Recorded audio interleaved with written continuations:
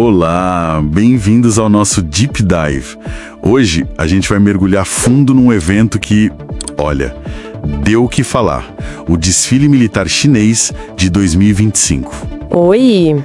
Pois é, um evento com muitas camadas, né? Exato. A gente tem aqui fontes variadas, desde análises mais estratégicas até as reações internacionais. A nossa missão aqui é tentar desembrulhar o que Pequim mostrou, tipo de tecnologia militar nova e, talvez o mais importante, as mensagens geopolíticas por trás de tudo isso, né? Para começar, foram 80 tiros de canhão, marcando os 80 anos do fim da Segunda Guerra. Sim, uma data simbólica. E aí veio o presidente Xi Jinping dizendo que a ascensão da China é imparável. Forte, né? Muito forte. E como você disse, foi bem mais que só uma celebração. Foi, assim, uma demonstração calculada de força, de intenção, sabe? Mirando em várias audiências ao mesmo tempo. Adversários, aliados e a própria população chinesa. Um palco global, então. Com certeza, para mostrar não só o equipamento, mas a visão estratégica, as ambições de Pequim. E falando em equipamento, o arsenal foi um dos grandes destaques, né? A gente viu pela primeira vez a tal tríade nuclear chinesa completa, assim, em público.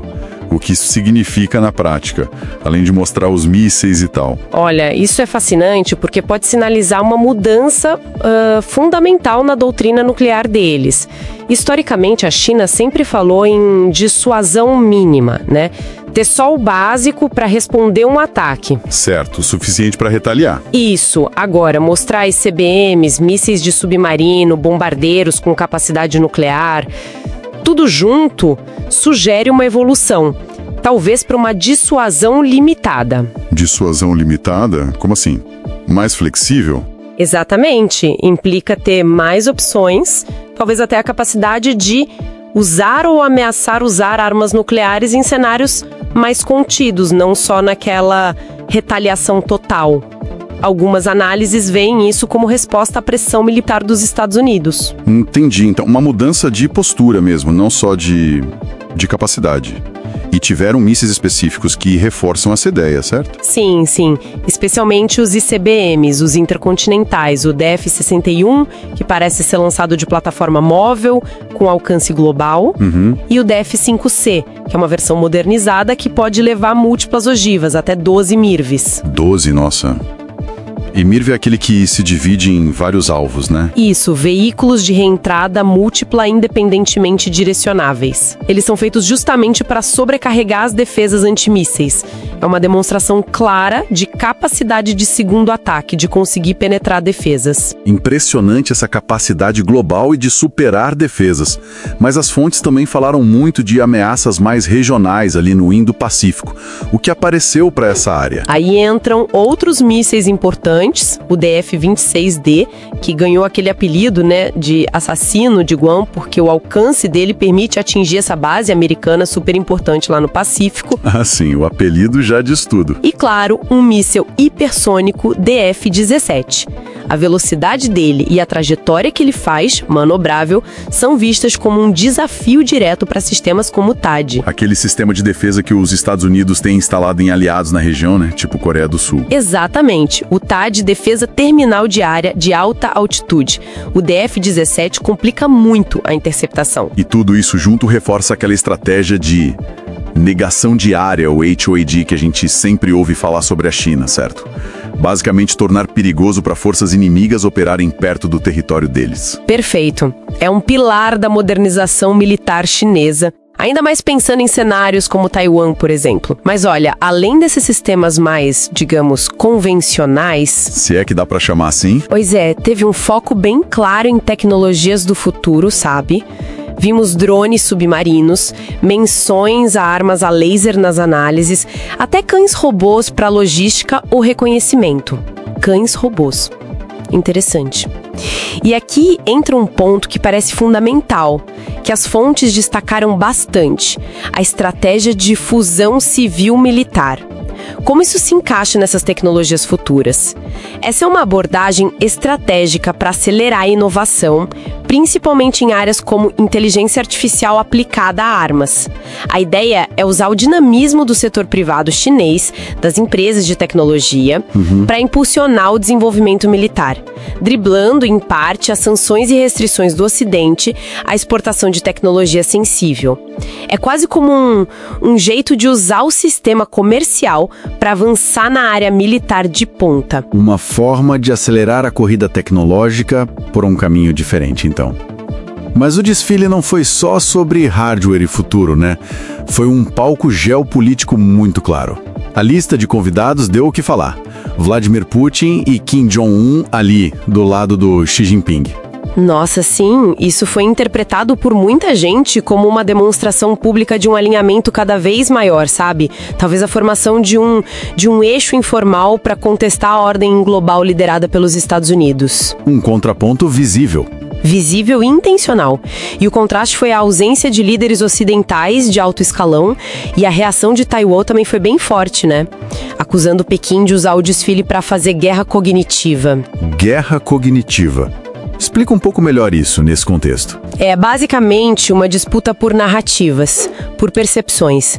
Taiwan viu o convite a veteranos do Kuomintang. Eram inimigos na Guerra Civil? Exatamente esses. Taiwan interpretou isso como uma tentativa de reescrever a história, de cooptar uma parte desse legado nacionalista e, com isso, dividir a opinião pública taiwanesa, sabe? Para enfraquecer a resistência à ideia de reunificação. Uma jogada bem psicológica mesmo. Complexo. Entendi. E os Estados Unidos? Como as fontes descreveram a reação americana a essa demonstração toda? Foi... uma coisa só? Parece que teve uma dualidade interessante aí. Alguns relatos dizem que o então presidente Trump elogiou a organização, a cerimônia em si. Mas logo depois tuitou algo sobre uma conspiração entre Xi, Putin e Kim contra os Estados Unidos. Aquela mistura de admiração pela força e retórica de confronto. Típico. E no Pentágono? A análise foi diferente? Ah, sim, bem diferente. A análise militar foi mais sóbria, mas muito preocupada. Relatórios internos, segundo as fontes, mostraram um alarme real com o ritmo da modernização chinesa, o impacto disso no equilíbrio de poder lá no Indo-Pacífico e a vulnerabilidade crescente das bases americanas na região. Então, uma divisão clara entre a política e a avaliação estratégica militar. A gente notou também a presença brasileira mencionada, Celso Amorim e Dilma Rousseff. Qual foi a leitura disso? Olha, isso foi visto como um sinal da diplomacia brasileira querendo manter o diálogo aberto com a China, sabe? Talvez reforçando laços dentro do Sul Global, dos BRICS. Certo. E sinalizando uma posição de não alinhamento automático com o Ocidente, aquela busca por autonomia estratégica no mundo que parece caminhar para multipolaridade ou para divisão em blocos. Faz sentido. Bom, então, juntando todas essas peças, esse nosso Deep Dive mostra que o desfile de 2025 foi, na verdade, muito mais que só uma parada militar, né? Sem dúvida. Foi uma declaração com muitas faces.